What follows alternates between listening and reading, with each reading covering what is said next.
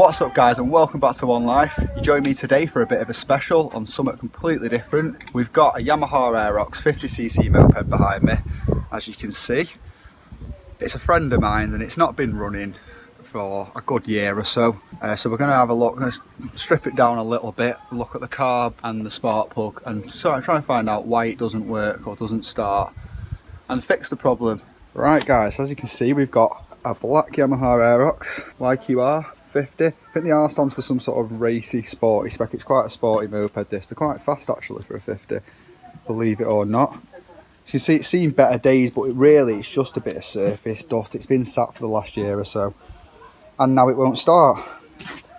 So, I mean, first thing, if you wanted to do this on your own moped, maybe check the carb, spark plug, things like that, you're going to need to take the side plastics off first, just for easier access. They're already off on this because it's been sat for so long and it's already been messed with.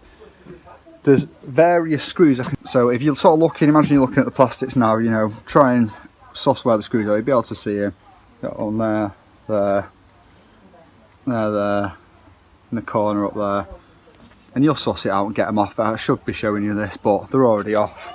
It came to me like this. Next thing you want to get out of the way is your seat. So you open your seat up, and in here there are 1, 2, 3, 4, 5, 6 fixings to hold it in. Get all those 6 bolts out and you'll be able to lift your seat out of the way, just like so. Now this gives you proper access to the carb, which we think's the problem of today.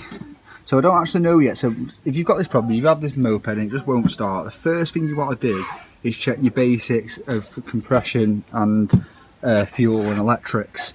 So compression's dead easy. Make sure the spark plug is in and tight. Kick it over a couple of times. You know, you can tell if it's got enough compression or not, because you'll feel a bit of resistance. You know, you won't be able to just push your foot down too easily. Like, you can almost hear it. You know, feel the resistance and the kickstart on the foot. It's got good compression, that's for sure. If you're not sure, ask someone who's a bit more mechanically minded. If you're really not sure and you want to know for 100% certain, maybe you've tried everything else and it just comes down to compression, you can get a compression kit, compression testing kit should I say, from most auto places, without naming any companies. They're not the cheapest in the world, more useful if you're doing regular car mechanics. Say if you had a YouTube channel that did car tutorials, hit that subscribe button guys. But anyway, so we know we've got compression. The next thing we've got to check is that there's fuel getting through and there's a spark. So we're going to check the spark first, and the first thing you want to do is sort of look underneath to the left hand side of the ped, sort of at the back, and you'll see, so where your kickstart is, this little gap here, sort of get on your knees and look under, and look, you can see the cylinder head here and your spark plug sticking out of it. So dead simple, first pull this cap off, HGI cap, not spark plug cap, what's that call it, and that'll expose your spark plug. You can use a spark plug socket, but in this case I'm just going to get a pair of grips because it's easy to get into it from the side and just, so dead simple. I've got my mole grips here on the plug, and you're going to come up, so anti-clockwise, clockwise for tighten, so we're undoing it. You're going to come up with your grips, take them off, and then do the rest of your fingers.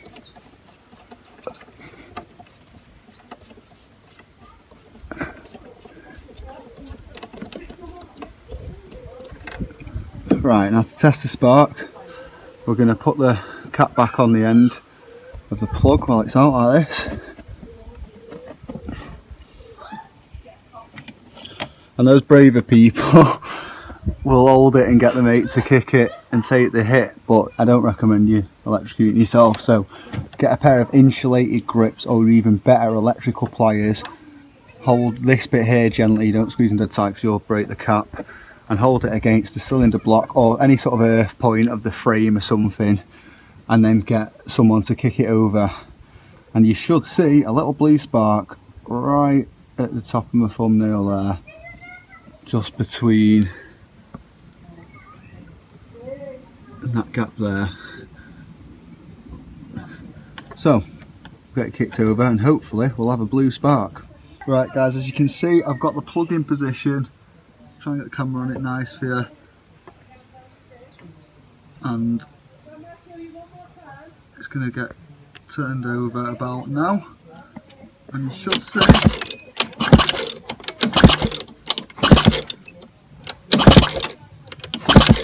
See a little spark there? There we go. We can see there we've got a good healthy spark. It's turning over nicely, giving us a consistent spark, so we know that's good basically. The plug looks in good nick too. It's a bit sooted up on the end, but it's not at all in bad condition. So the next thing we're going to look towards is the fuel. I know that the fuel in this has been sat for a long time. There's not much in it either, it's very low. And these two-stroke mixes, once it gets mixed into the carb, it can sometimes get gunged up with the oil a bit. So I'm thinking it's most likely going to be fuel related. So the next thing we're going to do is have a look at the carb, put some fresh petrol in it as well, and see what happens. I think we'll try it a couple of times first before we take the carb off, but if we have to, we'll strip the carb and give it a good clean. So guys, after trying to start it a good few times, it's tried a couple of times, but I've took the plug back out and I've seen it's quite oiled up, so the oil's getting through but the petrol isn't. It's most likely a little blockage in the carb.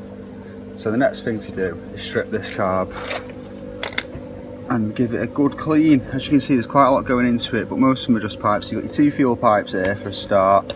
They'll pull off. It shouldn't come through because it's on a suction. If it does, just stick a screw in the end of both of them and it'll stop it from pouring out. They can come straight off. You've got an electric connection here for your electric choke. If yours has got an electric choke, that's just a clip on the wire here. It's got a little clip down there. Stick it in, slide it out just like that. That's that out of the way with. You've got a breather pipe here, the top pipe of these two, don't worry about that one. The bottom one is also a breather. The oil feed must be directly into the cylinder on this. So that just leaves this top bit, which is your slide for your throttle cable. Just want to undo this screw here and gently slide it out.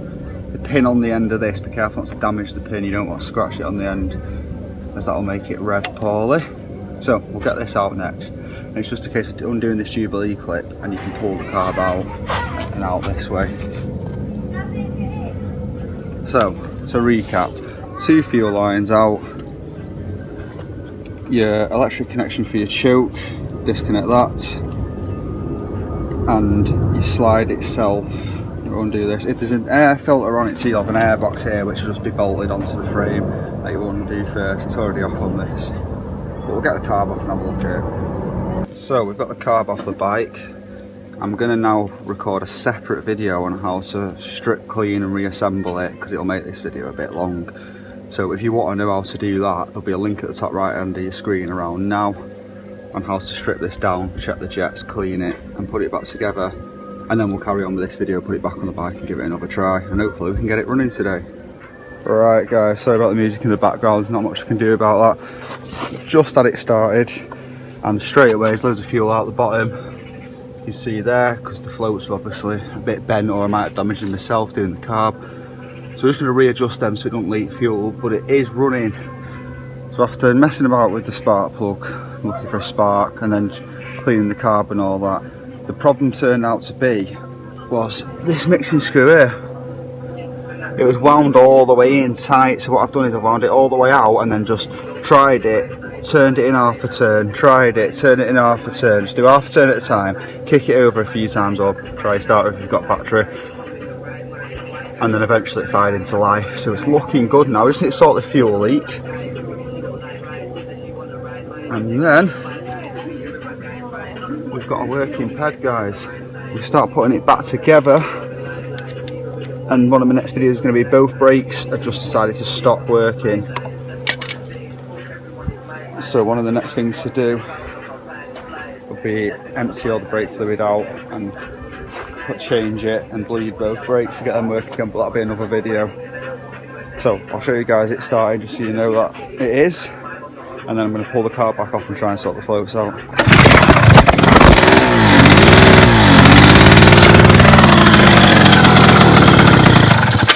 So you can see it's cutting out straight away, and I've got a lot of fuel coming out the carb. That's the floats. That once we sort that out, it should tick over nicely. A bit more adjustment on the mixing screw. I'll just get it ticking over nicely, so I'll show you that in a second. Alright guys, I'm going to end the video here. I've got it ticking over nicely. All out of the floor is water. I've just been filling up the tank for the radiator for the coolant. Yeah, nothing in it, I didn't realise. Just took it a little ride to make sure it's right. It's ticking over alright. Still a little bit up and down, but I think it's just a bit groggy because it's not been run for a good year or so. You can see, still dripping out fuel a little bit from the carb. I think the float might be a bit damaged, it might even have a tiny hole in it, so what I'm going to do is just buy a new float, or maybe a new carb. They're quite hard to fix once they've been and messed up, if you know this one has. But guys, that's about it for me today.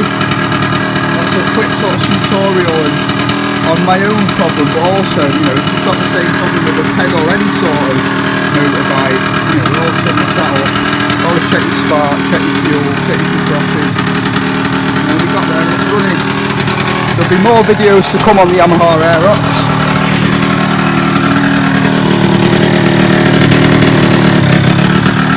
The next one's going to be how to replace the brake fluid and bleed the brakes. By the way guys, if you like this video or found it useful, hit that like button, use the channel, and if you want to join the One Life Car Club, there you go. See all these tutorials, you can request your own tutorials